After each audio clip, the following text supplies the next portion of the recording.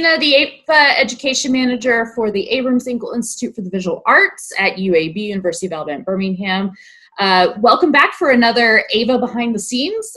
Today I'm joined by Oakleigh Pinson Watkins, who was a guest co-curator for our most recent show, Focus for Eclipse of the Hudson River School selections from the Colzar collection. So welcome, Oakleigh.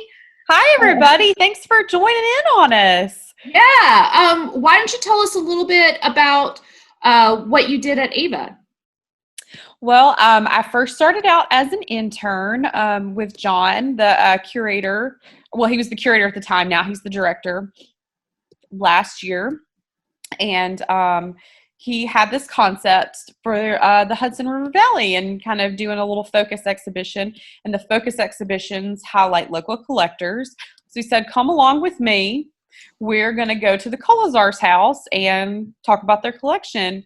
And we went there and we all immediately jived and clicked, and it was awesome and fun. And right when I was about to graduate, John asked me if I wanted to help finish. And he was like, well, you know, what are you doing? What are you seeing yourself doing? And I said, I want to see it happen. I want to see it come into fruition. And so I came on as a co-guest curator for this show, and it's been wonderful and so much fun. And I'm just honored to do it. So we were really excited you decided to stay.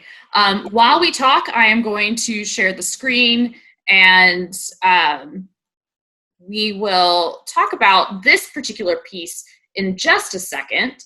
But what I want to do is look at some images of the exhibition while you tell us a little bit about what your idea was for the exhibition. Why is it called Eclipse of the Hudson River School?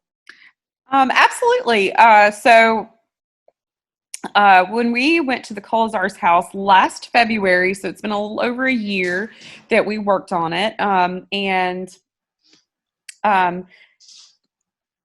as soon as they started talking about their collection, they immediately they're very passionate, and they immediately said that they were curious as to why this art movement did not last very long. It was just really for about half of the 19th century. So they were really curious about that. And so I kind of had that as my main concept, and I took it and ran with it. And in doing my research, I found that there were so many different factors that kind of made it to where these artists did not want to work in that style anymore, or so basically we called it the Eclipse because in this exhibition we kind of show how there was an evolution from this grand romanticized Hudson River Valley School of Painting to the Barbizon School of Painting, which was a French style that had a very like looming and moody like these back here color palette, like that one back there. Absolutely. And it kind of the main ones were changes in the art market, like things from Europe became more in vogue. And also one of the main factors was the Civil War. And so we go from this really optimistic view to more of like a looming, brooding kind of atmosphere in these paintings. So I just kind of thought that it'd be interesting to kind of explore that evolution. And why don't you tell us a little bit about this one in particular, because you really liked this and framed some of our text panels and such around this one in particular. So before you talk about it, this is a painting by Homer Dodge Martin. It's called Sunset on a Lake. It was created during the 1800s. It's an oil and canvas. And so why do you like this one in particular? Well, first of all, it's really pretty. But also, I really think that it kind of serves as kind of a microcosm of the exhibition itself, because Homer Dodge Martin was a very one of the more famous, what me and Mr. Colazar started calling the defectors of the Hudson River School, and went to prefer a more Barbizon style of painting.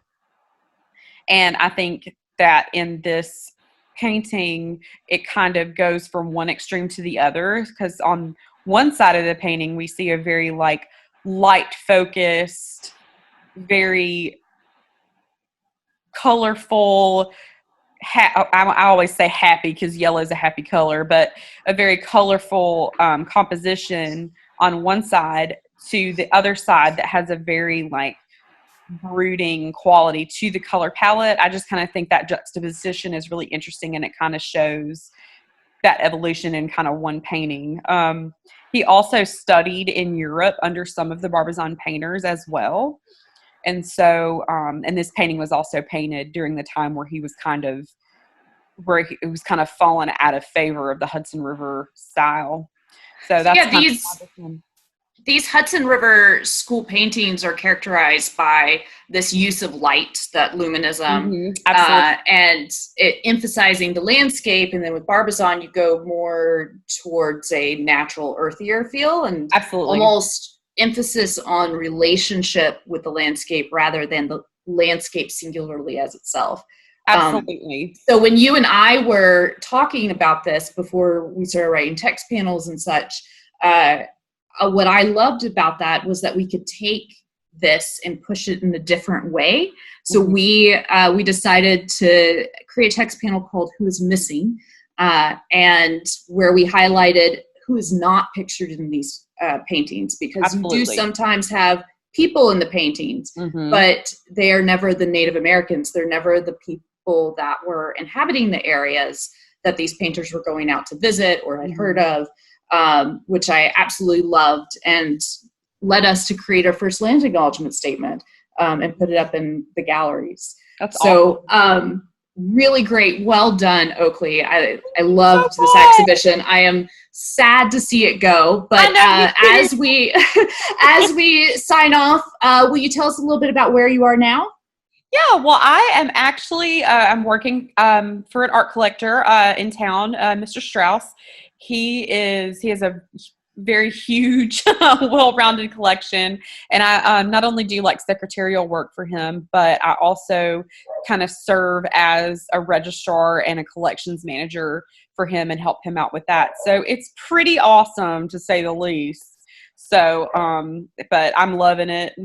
Loving getting to use that art degree some. I love that you get to still stay kind of within the realms of that, even though it's not at a museum, it's still a type of job that you would also see at a museum, but also still getting to use your art history I'm surrounded every day by everything that I love. So that's so awesome. That's all I want.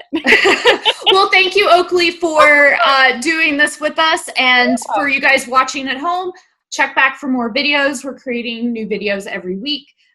So follow us on social media, AEIVA, UAB, AEIVA, and we hope to see you guys back again soon. And thanks, Oakleigh. Of course. Thank you. Bye. Bye.